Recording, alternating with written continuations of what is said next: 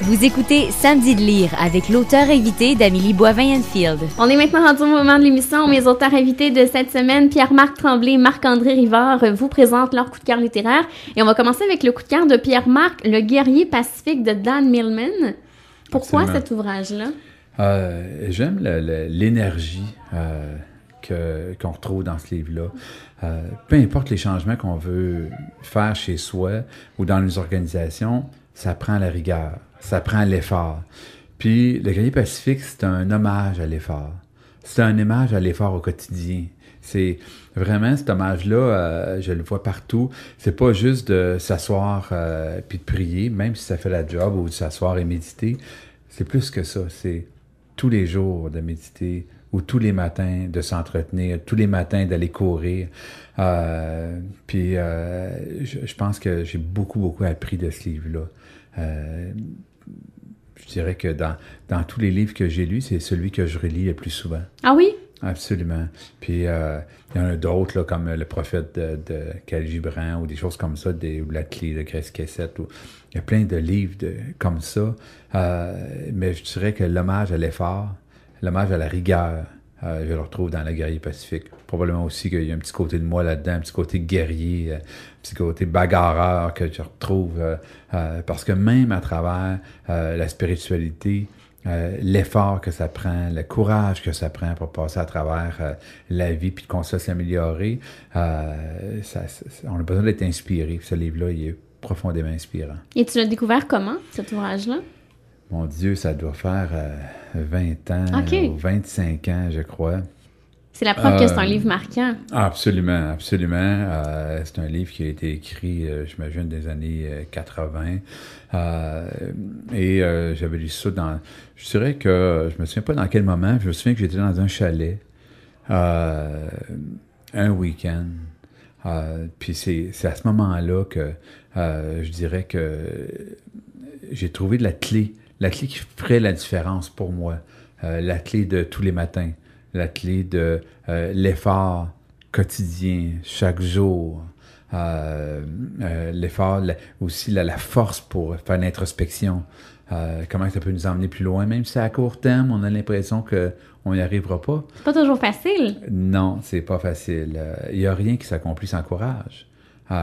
Puis pour moi, ça c'est clair, puis dans peu importe les conférences que j'ai données, il y a une chose qui est claire, ça prend du courage et ça prend de la rigueur. Sans l'un et l'autre, il n'y a rien qui change. Alors, puis ça, c'est un hommage à cette rigueur-là.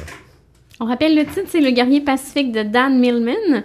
Et là, on va parler du coup de cœur de Marc-André. C'est Libérer votre créativité de Julia Cameron. On sent vraiment l'expert en communication, Ouais. là, en publicité, là. Oui, mais c'est surtout, comme son titre l'indique, c'est très libérateur comme livre. Ça part de la prémisse que, et j'ai toujours cru à ça, qu'on est tous des créatifs, qu'on a tous de la créativité à l'intérieur de nous, mais qu'on a plusieurs blocages qui peuvent nous empêcher de l'exprimer. Souvent, c'est en vieillissant qu'on perd Oui. notre créativité ou qu'on Oui. on le laisse pas aller autant qu'on le faisait Ben, quand on d'ailleurs, était dans petit. son livre, elle cite Picasso qui a déjà dit « Tous les enfants sont des artistes, à l'âge adulte que ça se complique ». C'est exactement ça, puis c'est ce qu'elle associe. C'est un livre à la fois inspirant sur le plan de la créativité, mais psychologique aussi, tout ça qui rentre dans nos paradigmes, là. La créativité, pour elle, c'est l'enfant intérieur, et qui est souvent, et les blocages viennent de l'adulte, viennent du cerveau plus logique. L'enfant intérieur, c'est le cerveau plus créatif, plus émotif, plus sensible, qui s'émerveille, qui est pas toujours logique, qui fait des choses spontanées, des choses qu'on peut perdre en devenant adulte. Et c'est souvent le cerveau logique, donc le parent intérieur, qui freine l'enfant intérieur, qui juge que tu commences à écrire, tu as une idée. Non, le cerveau logique, lui, il se réfère juste à des idées qu'il connaît. Donc, la nouveauté, c'est insécurisant. Les nouvelles idées, ça passe pas, je connais pas ça, donc ça se peut pas. Donc, et il est très... Plus on vieillit, plus il peut être sévère, ce parent-là à l'intérieur de nous, plus il peut brimer. Voyons, c'est quoi ce que t'as 40 ans, c'est quoi ce comportement enfantin-là? C'est quoi cet émerveillement-là, cette spontanéité-là? Tu vas pas écrire ça, c'est pas assez bon. Tu vas pas peindre ça, c'est pas un Picasso. Et tous ces freins-là qui fait que tu feras jamais rien, parce que ton parent intérieur... Donc, elle donne plein d'outils, plein de trucs pour laisser vivre cet enfant-là, aller à sa rencontre, aller à la rencontre de l'artiste en soi. Et pour moi, c'est des rappels toujours utiles. Moi, évidemment, toute ma carrière a été basée sur la créativité, mais plus que ça, c'est ma vie. J'ai quitté les agences de publicité en 2004 pour devenir travailleur autonome parce que je trouvais que j'étais complètement déconnecté de l'enfant à moi, puis que je savais plus où est-ce qu'il était, que j'étais devenu un monsieur très sérieux, toujours en réunion, toujours en train de gérer des problèmes de gestion et administratifs, puis que j'avais plus cette flamme-là. Donc, et c'est quelqu'un qui m'a conseillé ce livre-là à ce moment-là, parce que quand je suis arrivé travailleur autonome, au début, je n'étais plus capable d'écrire. Ça faisait 6 ans que j'écrivais plus, j'étais toujours en réunion. J'étais toujours en train de défendre des projets, en train d'aller à Toronto pour défendre le Québec, Et là, j'étais rouillé complètement, j'étais bloqué, et ce livre-là m'a vraiment débloqué. Et probablement que si j'avais pas eu ce livre-là pendant toutes ces années-là pour m'accompagner, que j'aurais eu beaucoup plus de réticence à écrire avec Pierre-Marc les livres, parce que les blocages auraient été très présents. Mais ce livre-là est plein d'outils, plein de trucs. Entre autres, il conseille de faire les pages du matin. Mm-hmm. Quand tantôt je faisais référence à ça, c'est que tu aies envie d'écrire ou non, la première chose que tu fais le matin, c'est d'écrire 3 pages. Et des fois, ce matin, je n'ai pas le goût d'écrire rien du tout. C'est vraiment plate ce que j'écris et c'est comme ça, mais c'est ça. Elle appelle ça comme un auto-lavage de cerveau. Et c'est important à faire le matin, que ça dépollue l'esprit, ça élimine les émotions perturbantes, négatives, tout ça. Et ça ouvre le terrain à la créativité ensuite, à l'enfant en soi. Il y a beaucoup de choses qui peuvent sortir des pages du matin. Tout à fait. Tu les as déjà fait? Oui, mais moi, j'avais lu un livre justement sur la créativité qui m'a vraiment beaucoup marqué. C'est le livre de David Osher. Je me rappelle pas du titre exact, mais ça ressemble beaucoup à celui de Julia Cameron. Et vraiment, c'est marquant. Puis elle me disait, David Osher disait, de sortir une photo de nous quand on avait 4-5 ans et de se rappeler à quel point à cet âge on était créatif et de garder cet esprit-là. Oui, effectivement, c'est intéressant.